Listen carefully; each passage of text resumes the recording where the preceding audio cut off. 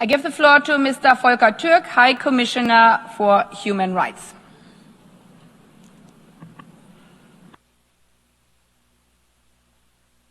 Madam President, Excellencies, distinguished delegates. Thank you for the opportunity to address this high-level conference. Today, life in Myanmar, especially in Rakhine State, may be the worst it has ever been for the Rohingya and other minorities, making another grim chapter in the long history of persecution. I witnessed the utter deprivation and hopelessness of Rohingya when I visited northern Rakhine in my previous position in UNHCR, and I saw it especially in the eyes of women and girls I met. It is almost unimaginable that since then their situation has deteriorated. So this conference must send a very clear signal that this injustice is at the top of the global political agenda. And it needs to be a turning point for the Rohingya, for the international community to take action and to devise a lasting solution to their plight. Since November 2023, fighting in Rakhine has escalated, with Rohingya being targeted from all sides, and we have heard it in particular from the civil society representatives here today. The Myanmar military has increasingly used aerial attacks against civilians across Rakhine. It has committed grave violations of human rights and atrocity crimes, including deliberately killing civilians, destroying civilian property, arbitrarily detaining and torturing people, and forcibly conscripting them into its ranks. Some of the images and videos in northern Rakhine from the second half of 2024 are reminiscent of the atrocities of 2017.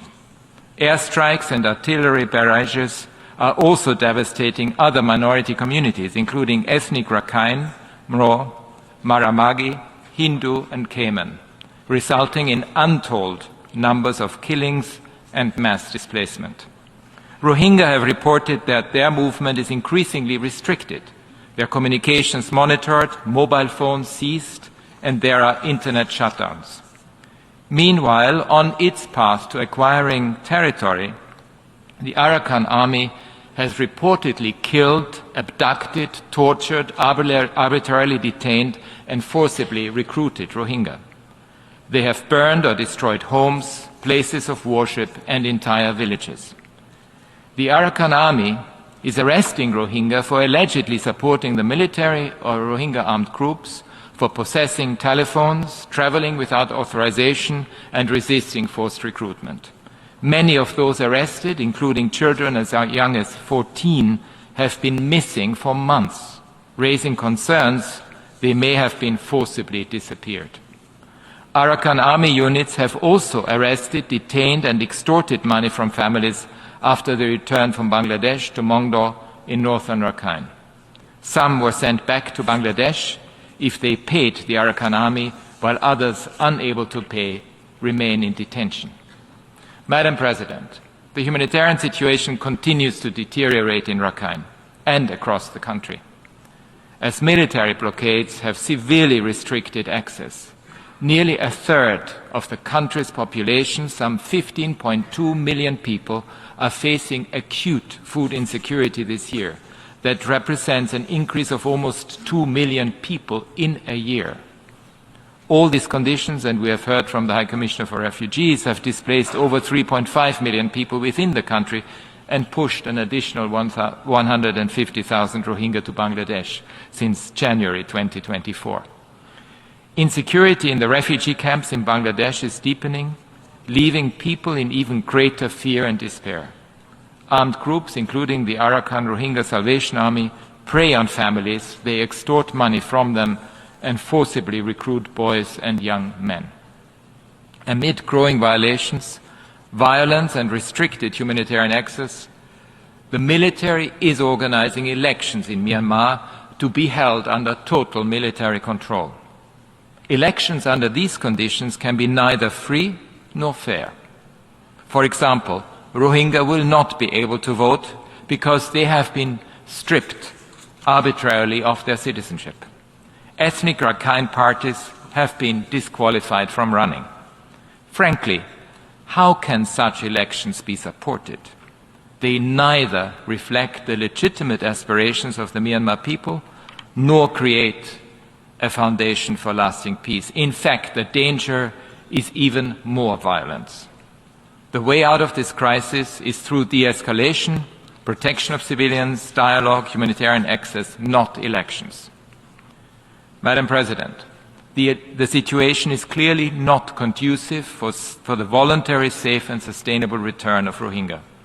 As long as violence and discrimination against the Rohingya and other minorities persist, this will continue to be the case.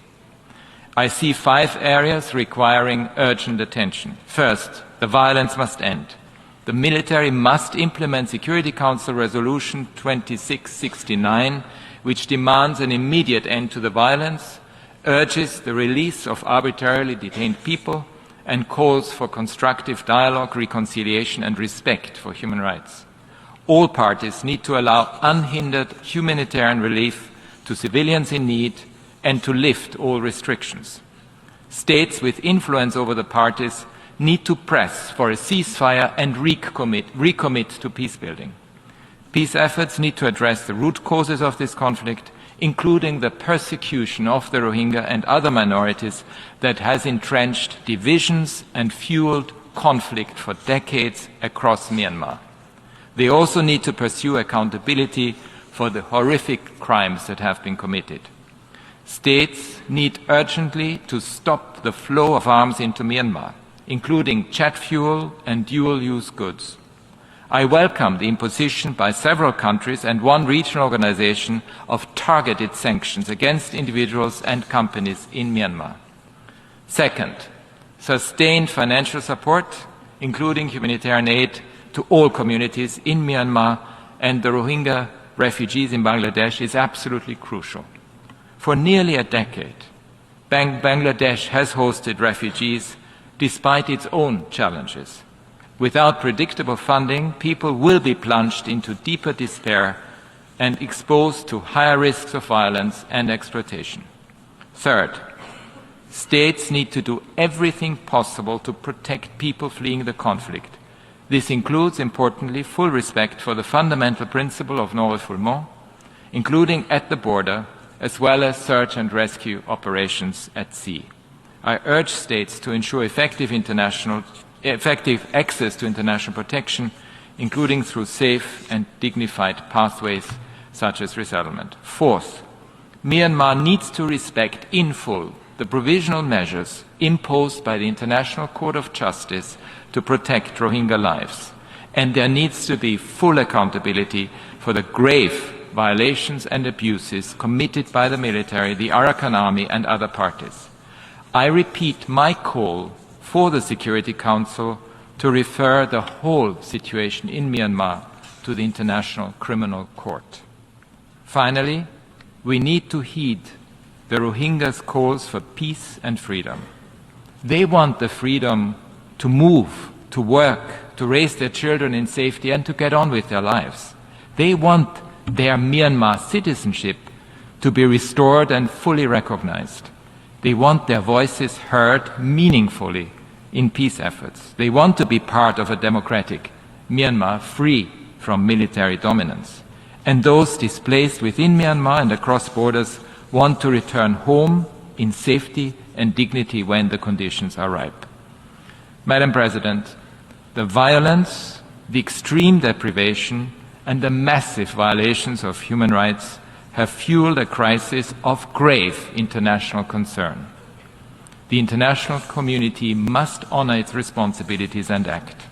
We stand in solidarity with the Rohingya and all the people of Myanmar in their hour of greatest need.